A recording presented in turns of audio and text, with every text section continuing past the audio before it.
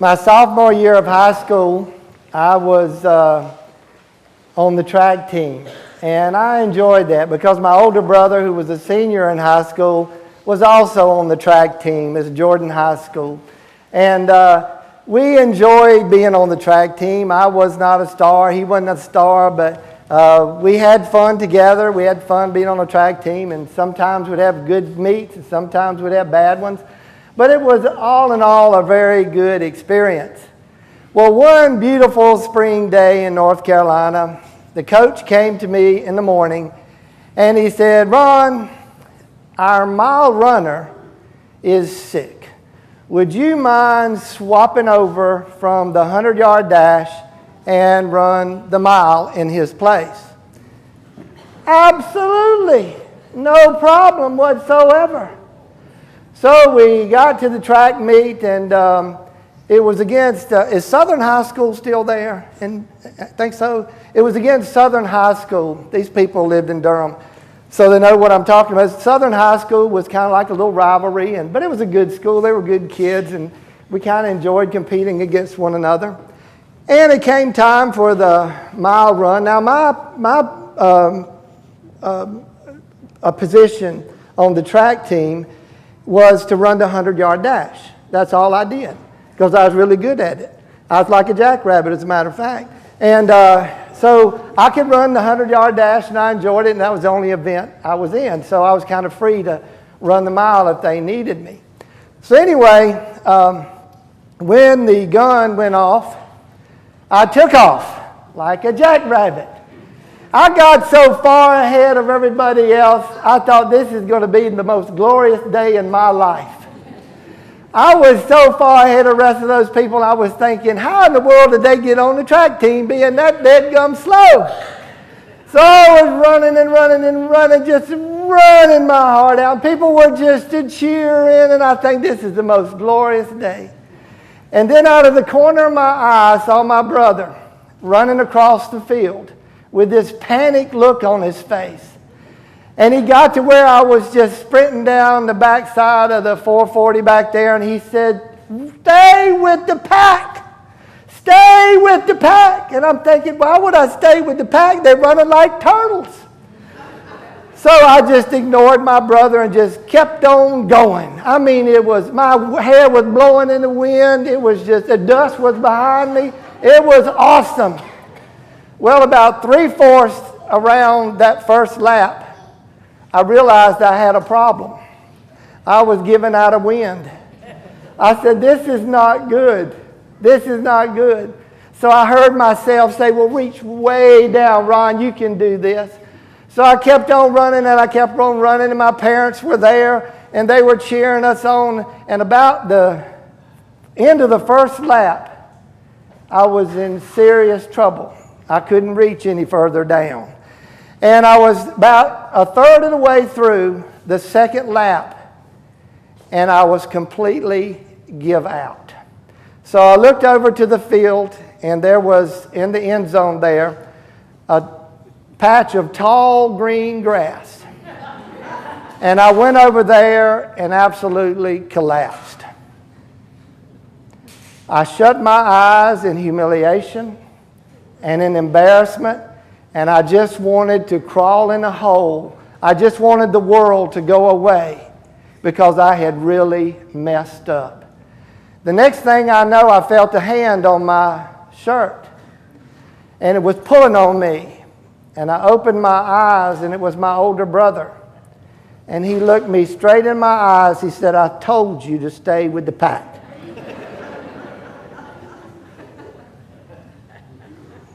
That's me.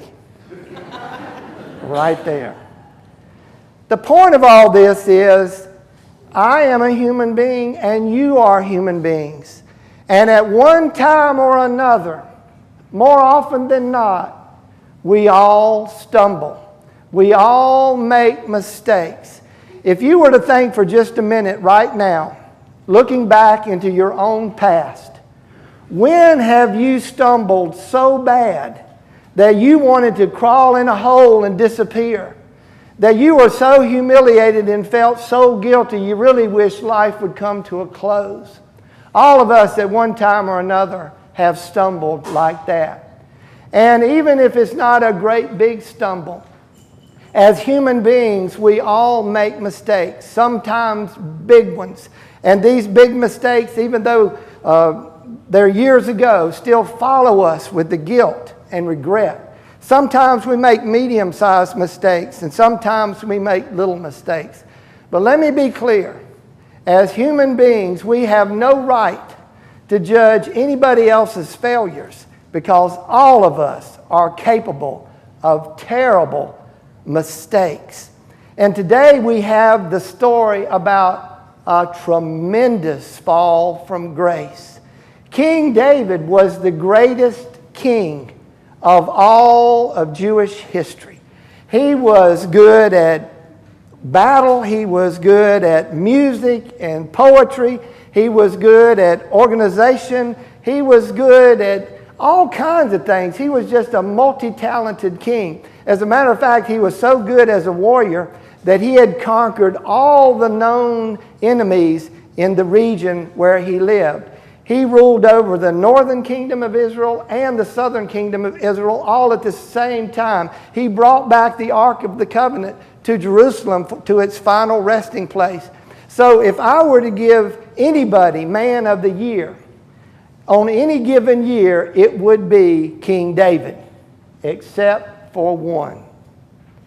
I don't know what got into him other than his humanity. He was out on the deck one night, minding his own business. It was cool, just like it is here. He probably had a gin and tonic in his hand. And he was just enjoying the evening. And he looks over into the backyard of a house down below his residency. And he cannot believe what he's seeing. There's this absolutely gorgeous woman taking a bath outside naked. Whoa. You know what David said? Lord, have mercy. Look at that woman. Oh my gosh. Oh my gosh, she's absolutely knocked down, dead gorgeous. And then he said, I got to have some of that.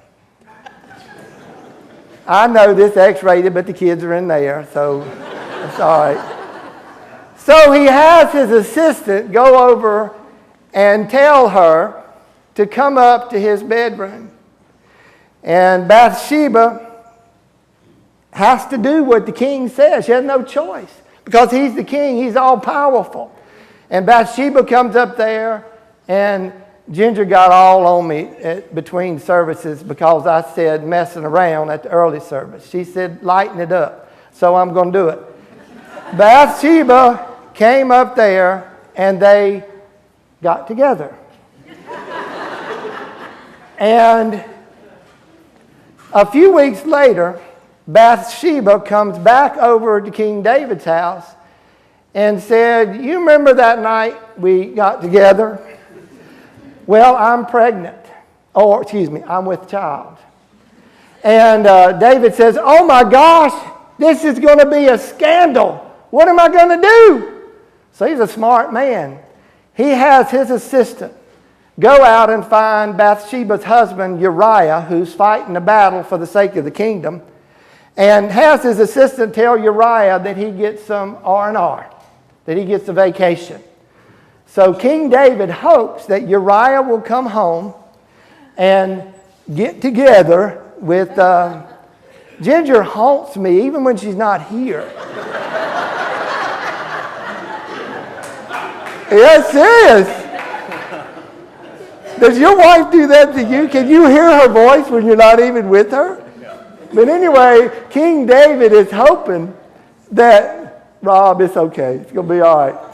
King David is hoping that Uriah will get together with his wife, and so nobody will know whose baby it is. But Uriah is a gentleman warrior. He will not have pleasure while his men are out fighting a battle for the kingdom. So he tells Bathsheba, I have a headache. Not tonight. And they don't get together. And so David says, oh my gosh, there's going to be a huge scandal. What am I going to do? And this is where David stumbles big time. He has his assistant put Uriah on the front lines. And of course, Uriah is killed immediately. And David thinks his problems are over. But I want you to know this and hear me clearly. Whether we know it or not, God sees everything we do 24/7. And you might get by with something wherever you work or wherever you play, but we can't slip anything past God. And so when God saw what David had done, he was not happy. So he sent Nathan to tell the story about the rich man and the poor man who had one sheep, and the rich man had several sheep. And the rich man takes away the one sheep that the poor man has and serves it to his guest. And when David hears the story from Nathan, he gets really ticked off and he said, you find that person. He deserves nothing less than death. But before we kill him, we're going to make sure he gives that poor man 4 of his sheep. And then Nathan says, David, you are that person. This teaches us many things on many levels. First of all, when you see someone else stumble, get judgment out of your mind because it could happen to you. So we are not to judge other people when they make a mistake or when they stumble. No matter how terrible it might be, you start to think, oh, how could that person do that? How could that person have even thought that up? All human beings are capable of all kinds of evil. So this lesson teaches us not to judge. Second of all, it teaches us the importance of remorse, of feeling bad, of feeling sorry, of asking for forgiveness. This person here represents David after he found out from Nathan what he had really done with regards to Uriah and Bathsheba. This shows absolute remorse. So what God would like for us to do when we do stumble is not to stay down, but to get up, keep going, try over and over and over again to do what we know is right. So the third thing we learned from this lesson is something about God. Every one of us, this week, the week before, back in time, as far as you want to go, are stumblers. We make mistakes all the time.